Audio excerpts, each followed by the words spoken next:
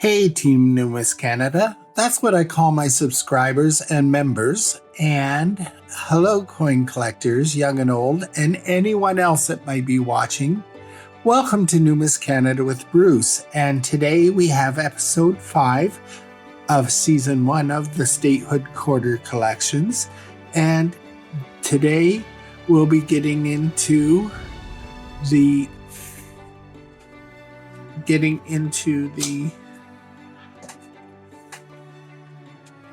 Constitution State.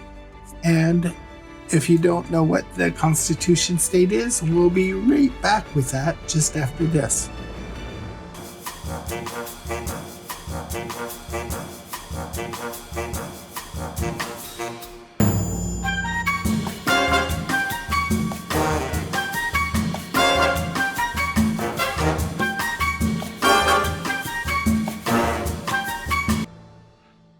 Welcome back.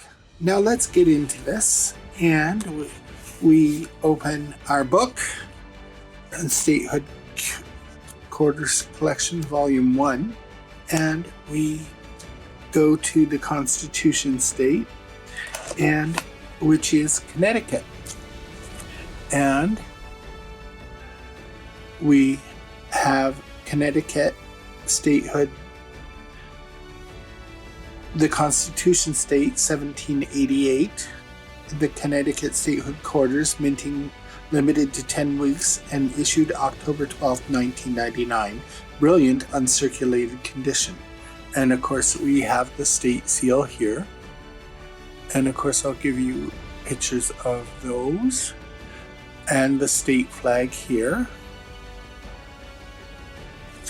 And here's the coins, and it's the lovely Charter Oak, and it's one of my favorite statehood quarters.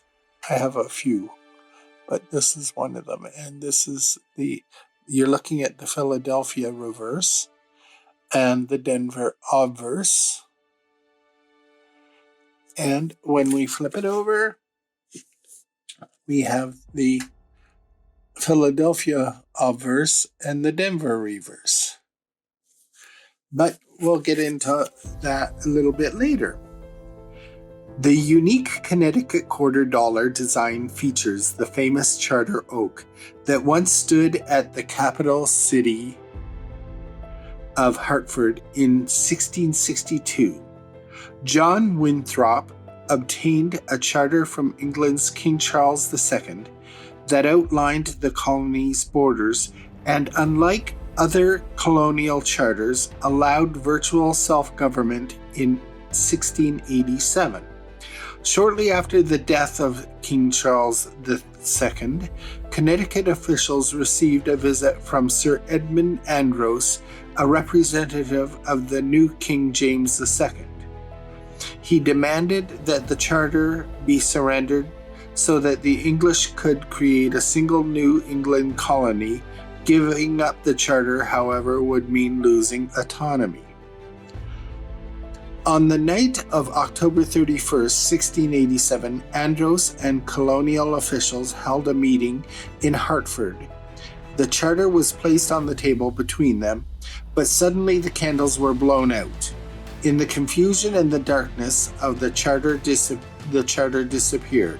According to legend, Joseph Wadsworth escaped with the document and hid it in a secret hollow in a white oak.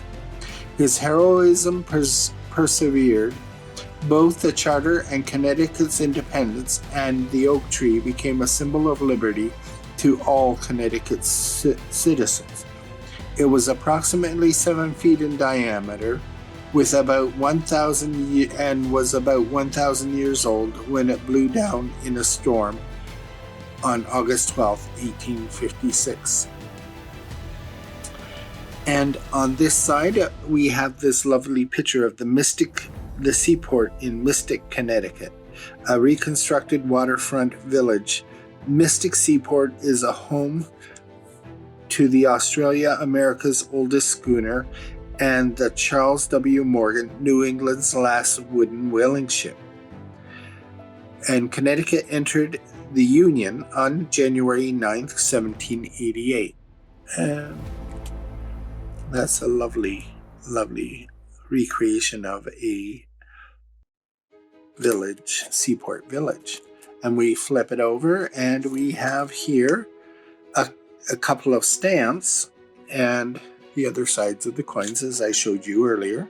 Now we have on this side, we have two stamps.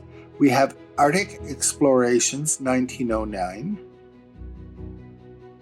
This stamp, issued April 6, 1959, honors Arctic Explorations. The stamp features the submarine SSN Nautilus, which was built and launched in Groton, Connecticut. And I'll give you a photograph of that stamp. And that's a 4-cent stamp in 1959, double dated 1909. I guess the 50th anniversary of that event. And over here we have this other stamp, which is a United States 6-cent stamp, Battle of Bunkers Hill, John Trumbull, American artist. A famous artist and Connecticut native, John Trumbull, is honored on the stamp issued October 18, 1968 in New Haven, Connecticut. He is especially well known for his paintings of the Revolutionary War. And of course, I'll give you a good picture of that. I'm not sure it's showing as nicely on here as it actually looks. The Dutch were the first Europeans to explore Connecticut in 1614, building the first trading post at Hartford by 1633. English settlers from Massachusetts started to move to Connecticut in search of fertile land or political and religious freedom. They established the first permanent settlement at Windsor that year. In 1639, the Connecticut colony adopted the Fundamental Orders, the first written constitution of a democratic government. As a result, Connecticut is known as the Constitution State. Though the orders were not initially recognized by England, the colony was granted a royal charter in 1662, which defined its borders and granted its autonomy in the majority of its decisions. During the American Revolution, soldiers from Connecticut fought in nearly every major campaign. The British governor, Jonathan Trumbull, remained loyal to the people of Connecticut, only the colonial governor to defy the British. Connecticut privateers captured many merchant ships, adding to the considerable amount of food supplied by the colony to George Washington's Continental Army. As the colony grew, farming quickly gave way to trade and the manufacturing, including clockmaking, shipbuilding. In the early 19th century, Eli Whitney introduced the modern mass production by making firearms with interchangeable parts. Connecticut became the center of the firearms industry, and Samuel Colt later revolutionized warfare with the Wild West, and the Wild West with his Colt revolver. During the Civil War, Connecticut supplied the Union Army with many of its weapons, and the Union Navy with many of its ships. About 55,000 Connecticut men fought for the Union. In addition to firearms and manufacturing, Connecticut also became known as an insurance center in the 19th century. Marine insurance was the first issued for ships and cargo sailing between Connecticut and the Caribbean, and other types of insurance soon followed, including life, accident, and health. At the end of the 20th century, more than 50 insurance companies were based in Connecticut. The 20th century saw the rise of Connecticut as the arsenal of democracy. It supplied a significant amount of war material to the U.S. Allied forces in the 20th century's major wars. The world's first atomic-powered submarine, the Nautilus, was launched in Connecticut in 1954. Connecticut has a well-deserved reputation and as a highly prosperous and innovative state. In its first 150 years, the U.S. Patent Office received more patents per capita from Connecticut than any other state, and companies such as Xerox, GE, Uniroyal Chemical Company, and the Union Carbide have corporate headquarters in the state.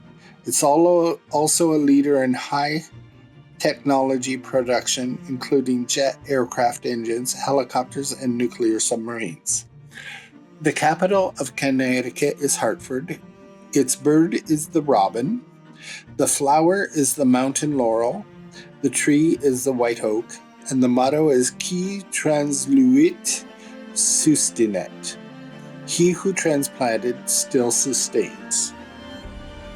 And I hope you have enjoyed this little romp through Connecticut's history, and encourage you to watch the entire Statehood Quarter series today, Season 1. Thank you for watching. We hope to see you again soon. Bye for now. And please remember to like, share, and subscribe, and keep on collecting.